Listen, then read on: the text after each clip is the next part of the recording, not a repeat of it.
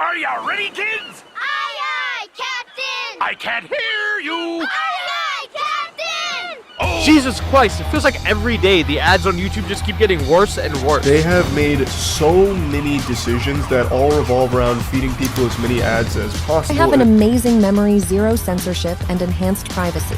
I'll send you photos and videos, whatever you ask for. Want me to look like your ex or like a colleague? So now when you pause a video, you can be served an ad. They call it the pause experience. YouTube definitely discourages viewers for long-form content. How do you expect somebody to sit through a 30-minute video with 50 unskippable 5-minute ads? You cannot turn a corner in life without being advertised to by some sort of corporate entity, and we've gone way too far with it.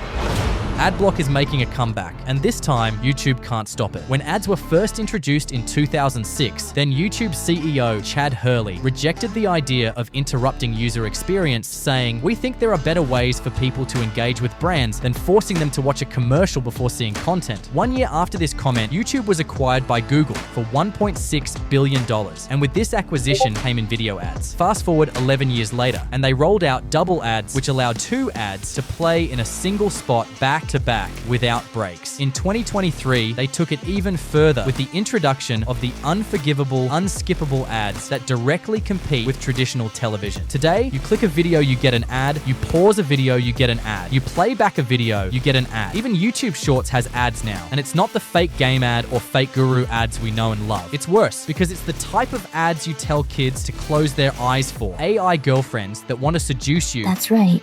I'm going to seduce you. Have taken over YouTube, even though these ads go against the platform's own terms and conditions. It reminds me of the fact that rules are meant to be broken if your pockets are heavy enough. Let me start by saying this is not entirely YouTube's fault. They've implemented stricter ad rules to protect kids and avoid lawsuit. The big problem comes from advertisers finding sneaky ways to game the system. Yes, YouTube should be held accountable for collecting their money, but we would get to that later. If you read YouTube's terms and conditions, they clearly state they do not allow adult-oriented content on their site unless it is for educational purposes only. I know what you must be thinking. How the hell is adult content supposed to be educationally oriented without being, The answer is simple. What these shady companies do is, instead of openly promoting their AI OnlyFans girls on YouTube, since they know it wouldn't pass review, they have them read a book in a bikini or act like a college professor to trick the algorithm into thinking it's educational content, when really they're just gaming the system. These ads disguise themselves as educational tools, classes, or sessions to get approved and shown on your feeds, even though you know damn well no AI girl in a bikini teaches AI automation. Well,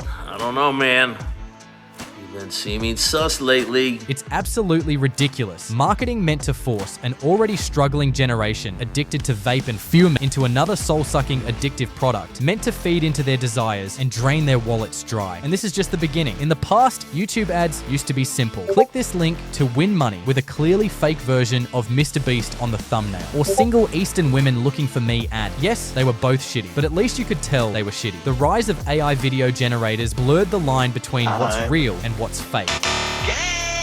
A Microsoft study found that AI has become so good that folks can't spot the difference between real and AI-generated images, and it's only about to get worse. Out of more than 200,000 images reviewed with 12,000 participants, only 46% of them could identify which images were fake and which images were real. Bet there's a boomer out there that 100% believes the hot girl in a bikini teaches AI automation. The rules may be bending in favor of scammers and shady companies, but YouTube is profiting from it, and users are paying the price. It's almost impossible to believe that the biggest video sharing site in the world, owned by one of the biggest corporations in the world, with terabytes upon terabytes of data, is unable to stop such shady ads from occurring on their site. Critics believe they can stop it. They don't just want to. You may have gotten a few scam ads yourself. You press block, then it gets replaced with another. You try again, and you get 2 more. In my research for this video, I found a Y Combinator thread from a guy who claimed 100% of the ads on his YouTube feed were scams, describing the ads as deep fake fuckery. And he's not the only one. The entire thread is full of people with similar experiences. If you remove the companies exploiting the YouTube TOS, you'll still have a vast library of scam ads infiltrating the platform. And it's not only them. Facebook has been doing it for years. This is why privacy is important now more than ever, because it seems like with each passing day, privacy becomes even less attainable. The number of data breaches worldwide keeps getting worse every year. Just a few weeks ago, Discord experienced experienced another data breach with over 70,000 people getting their ID leaked for the internet to see. And this is just one of the many cases of data breaches that has happened in just 2025. This means you and your loved ones are at a constantly increasing risk of being caught up in a data breach, as your personal information remains exposed online. That's where Incogni comes in. Incogni automatically finds and removes your personal data from hundreds of known data broker sites. Instead of spending hundreds of hours sending requests manually, Incogni does all the heavy lifting.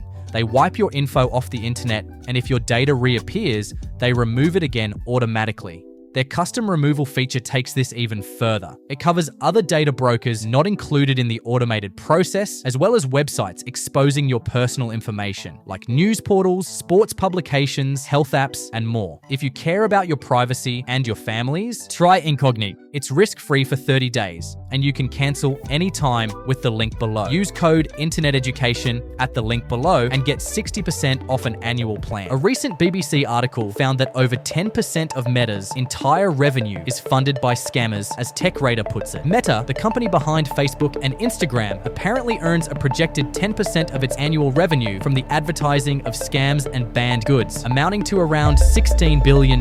Essentially, Meta is stealing from the poor through shady advertising and giving to the rich, yet they call you the thieves for using Adblock. The document goes on to also suggest the social media conglomerate failed to identify and stop an avalanche of ads, leaving billions of Instagram, Facebook, and WhatsApp users at risk from the fraudulent ecosystem. But that's not even the worst part. According to leaked documents from Meta, marketers that were suspicious enough to be flagged by Meta's internal warning systems are often allowed to continue running ads on their apps, only getting banned once the prediction for fraud reaches 95%. Meaning if Meta is 94% sure that an advert is scamming its users, it's allowed to continue as long as they pay a higher ad rate as penalty. As a result of this decision, 70% of new advertisers on Meta's platforms promote scams or poor quality products. Advertisements from what appear to be reputable companies are showing up frequently on Facebook. They're getting a lot harder to detect. I'll be honest, I was a click or two away from giving away my credit card information. She bought a car seat for her new baby after an ad popped up on her feed. A month later, it never came. So she called the number on the website and it didn't work. And that's when she realized that she had been scammed. What a cesspool Facebook has become with fraud and scammers and fake accounts. It is a mess. The only thing that I kept thinking about is how many other expected mothers is this happening to? With great power was supposed to come great responsibility to users, but instead it became an opportunity to increase stock price. Looking at YouTube, even this beloved platform isn't exempt from this dynamic. Take a look at this. In 2019, YouTube's revenue sat at a measly $15 billion. By 2024, that number had skyrocketed to $36 billion. This did not happen by luck. This spike right here only happened because YouTube strategically opened their borders to allow more shady advertisers to display unwanted ads on users' feeds. For comparison, their user base only grew by 25% in the same period, from 2 billion to 2.5 billion. So how did they make twice more money with the same number of users? Scams. The AI puppy scam is a perfect example of this. Ads of robot puppies filled YouTube just a few months ago and fooled people into thinking they could buy robot puppies that never die. Sadly, it was a huge scam. Look at this little one. It's not a real puppy. It's a new AI robot dog that moves and reacts just like the real thing.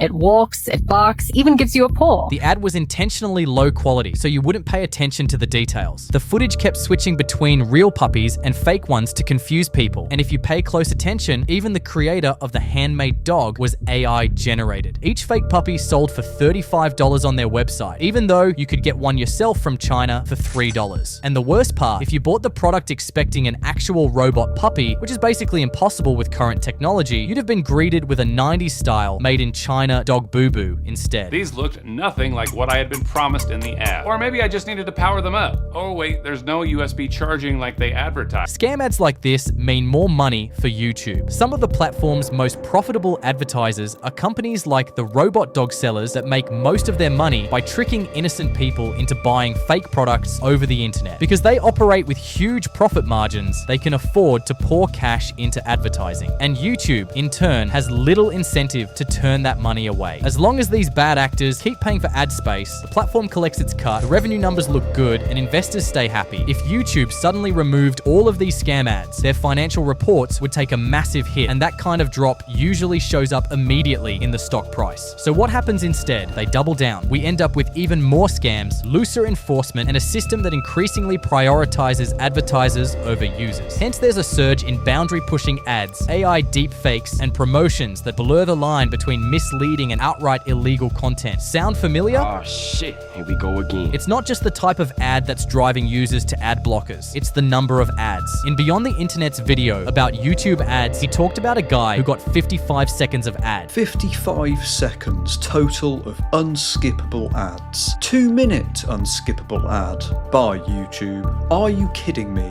8 effing unskippable ads. Guys, look, 5 unskippable ads. So we doing 1 min unskipaloni ads now? You can't bypass ads anymore. A minute of unskippable ads? Too many ads. Yes, ads support creators, but not every creator wants to inconvenience their audience with a bunch of ads interrupting the content. I've been trying myself to limit the amount of ads on my videos so you can have a better experience on internet education, but there's only so much I can do before going broke. Ad performance is falling in many industries as people are no longer engaging with ads as much as they used to. There's a high chance you skipped my Incogni sponsorship even though the product is genuinely useful for your privacy because you may have developed a blindness for sponsors. If you didn't skip it, thank you, you just helped pay my editor. But ad fatigue isn't just a YouTube problem. Facebook, TikTok, Instagram users on every platform are experiencing the same thing. This generation is so overwhelmed with ads that we've all developed a sort of automatic blindness to them. In the 1970s, the average person saw around 500 ads a day. Today, that number has skyrocketed to nearly 10,000 ads per day, depending on where you live, what you do, and how much time you spend online. I know it sounds crazy, I was shocked when I read it too, but when you break down a typical day, it actually makes perfect sense. You wake up, check your phone, and instantly see an ad from social media. You get out of bed and start your morning. If you're among the people that can't function without a podcast or music playing in the background, that's another 10 to 20 ads right there. You get to work. Depending on your job, you could be surrounded by branding, products, and services. New customers, this one is for you. All subtle forms of advertising. Then on your way home, it happens all over again. By the time you get home and fire up GTA, you're hit with your final dose of ads before bed. Eventually, you develop a blindness to most of these. The passive ones you've learned to tune out. But the ads that actually interrupt your day, those are the ones you get fatigued by, especially on platforms like YouTube. Back in 2012, about 40 million people used ad blockers. Know how many people use Adblock in 2023? 900 million. Services like uBlock Origin, Brave Browser, and Firefox have exploded in popularity. And it seems that people are choosing to install different ad blockers or better ad blockers or try ad blockers where they had not tried ad blockers before. And it takes a particular type of arrogance to order these mandates and imagine that people are actually going to listen to you when it comes to stuff like this on the internet. You might think YouTube wouldn't care that a small minority of their 2.5 billion customers use ad blockers, but you'll be dead wrong. Adblock doesn't just violate YouTube's terms and conditions. It's a threat to their entire business model. Analysts suggest 900 million people downloading ad blockers cost the industry over $54 billion in lost revenue per year. Not only that, but some ad blockers block the tracking code of advertisers, which limits YouTube's ability to spy on you when searching for the new Black Ops review. For a business who relies heavily on ads, it's only logical they would fight back. Between 2022 and 2025, services like the beloved YouTube Vanced, uBlock Origin, and Adblock Plus were either blocked or suddenly became non-functional on YouTube. On top of that, some users noticed that videos played more slowly when an ad blocker was installed on their browser compared to when it wasn't. So I'm using Firefox, I'm on YouTube. I'm gonna open up a YouTube video in a new tab. It's weird, it's taking a little while to load. Oh, okay, my video is working now. Okay, weird. What I'm gonna do over here is use an extension which changes my user agent, so it convinces YouTube that I'm actually using Chrome. So let's try that again. Let's load that same video pretending it's Chrome. Oh wow, look at that.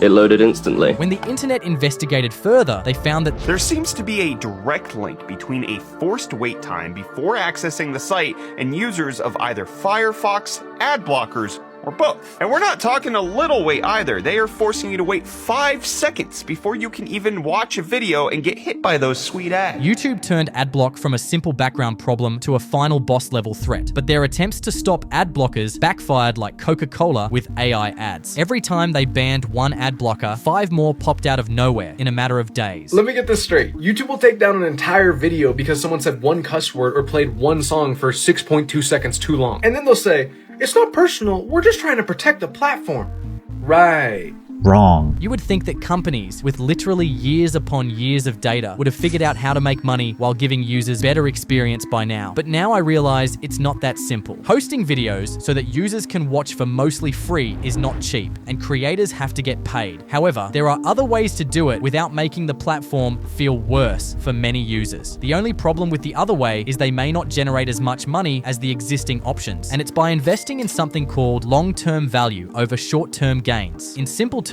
it means no shitty ads at the top of the search bar, proper vetting of advertisers that align with the ethics of YouTube, and giving users more options to control their ad viewing experience that actually work. That is brilliant, sir. Now, for a public company owned by Google, it's a big ask, but it's not an impossible one, especially if it means keeping their users from pirating their software or downloading ad blockers to get a better experience. If you enjoyed this video, go check out my video on why everybody is leaving Spotify. You'll love it.